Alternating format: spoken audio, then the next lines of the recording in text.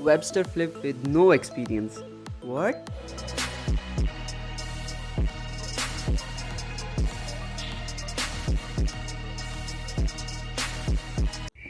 क्या यही Webster flip थी? अगर यही है, कौन है ये लोग? कहाँ से आते हैं? अपने घर से। पहली बात, मुझे नहीं पता थी कि यार करना क्या है, बट ये जरूर पता थी कि एक ही हफ्ते में करना है जो भी करना है। 2000 years later.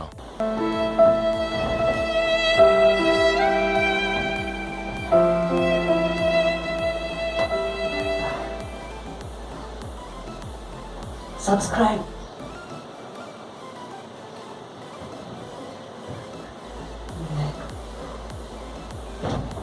मेरे सीखने का तरीका, हिपोक्रेसी की भी सीमा होती है। जिसमें बेटर हूँ वही करता हूँ। यूट्यूब फिर से। लेकिन स्टार्ट कहाँ से करूँ? यहाँ से।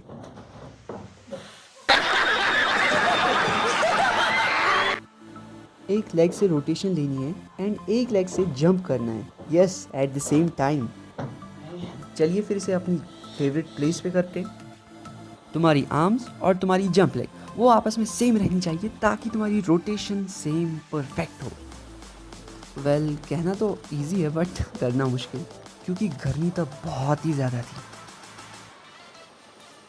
तो मैं क्या करता, सिंपल, एक साइड से सोचता हूँ और एक साइड से आराम कर लेता हूँ। दोनों काम इजीली हो जाएंगे।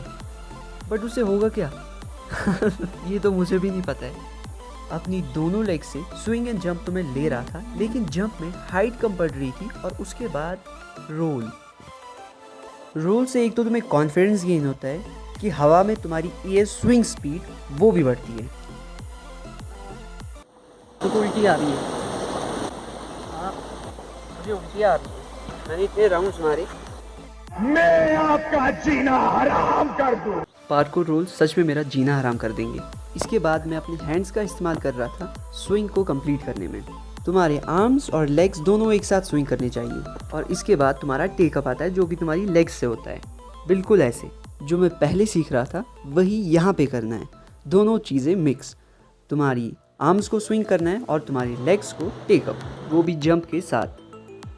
यहाँ पे मैं तीनों चीज़ों को मिक्स कर रहा था। तुम्हारे दोनों लेग्स का टेक ऑफ, उसके बाद आर्म्स के साथ एक लेग की स्विंग एंड देन हाइट और उसके बाद रोल। वाओ! बट ये सब इतना इजी नहीं था जितना मैं तुम लोगों को बता रहा हूँ, क्योंकि ग्राउंड जो है वो थोड़ा स्लिपरी था। बारिश हो रही थी तब, और बारिश हो रही है। हम लोग नीचे थे ना तो बर्फबारी हो रही थी, ऊपर है स्नोबॉलिंग होने लग गई है। अब एक लेग से तुम्हें जंप करना था और दूसरे से हाइट गेन करनी। अब सवाल आता है स्विंग में स्ट्रेंथ कैसे बढ़ाएंगे? सिंपल, एक्सरसाइज करके। कंटिन्यूअसली 2 घंटे की प्रैक्टिस के बाद जब लगा कि एक्सरसाइज तो ठीक है, अब फ्लिप करनी चाहिए, बट मुझे कहाँ पता था ये सब होने वाला है। लेग ही बेंड हो गई यार।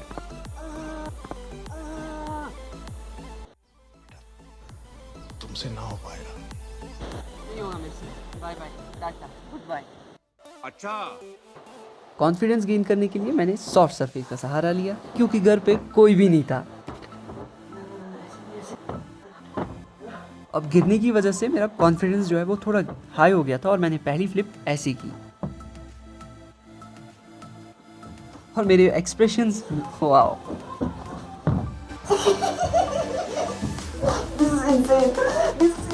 50 रुपया कट ओवर एक्टिंग के वजह। और उसके बाद फिर से तक दे दिन स्टार्ट।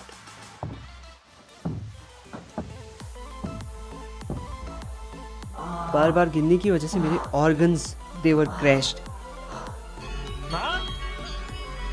मुझे कुछ दिखाई नहीं दे रहा। और 7th day, last day of practice, पहले तो मैंने अच्छे से वार्म अप किया, लेकिन डर तो भी बहुत ज़्यादा लग रहा था। टू बी ऑनेस्ट, डर काफ़ी ज़्यादा लग रहा है। माउंटेन ड्यू, डर के आगे जीत है। डर के आगे तो जीत है, लेकिन ये डर ख़त्म कैसे करूँ यार? पागल हो रहा था। और वहाँ से एक चाचा जी आए जो मेरी प्रैक्टिस की तरफ ऐसे देख रहे थे जैसे मैंने उनकी मुर्गियाँ चुरा ली हूँ। I said you better watch what you're doing, 'cause I ain't gonna stop मेरी प्रैक्टिस को देखने के लिए बहुत सारे बच्चे भी जमा हो गए। तो मैंने अपने दोस्त का सहारा लिया ताकि मेरा कॉन्फिडेंस अच्छा बने एंड इट रियली वर्कड। और मेरी पहली Webster flip without any support and my reaction was and this time मैंने कोई भी सपोर्ट नहीं दिया और मेरा रिएक्शन देखे बच्चे और लाइक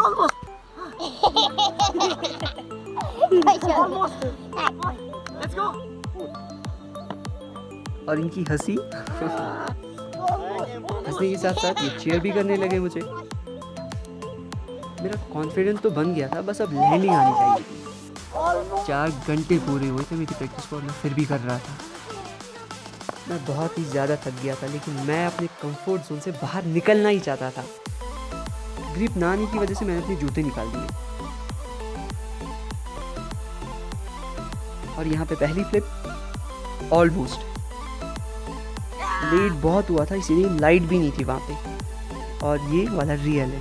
1 हफ्ते के अंदर जितना मेरे से हो सका I really did it and finally this is mine.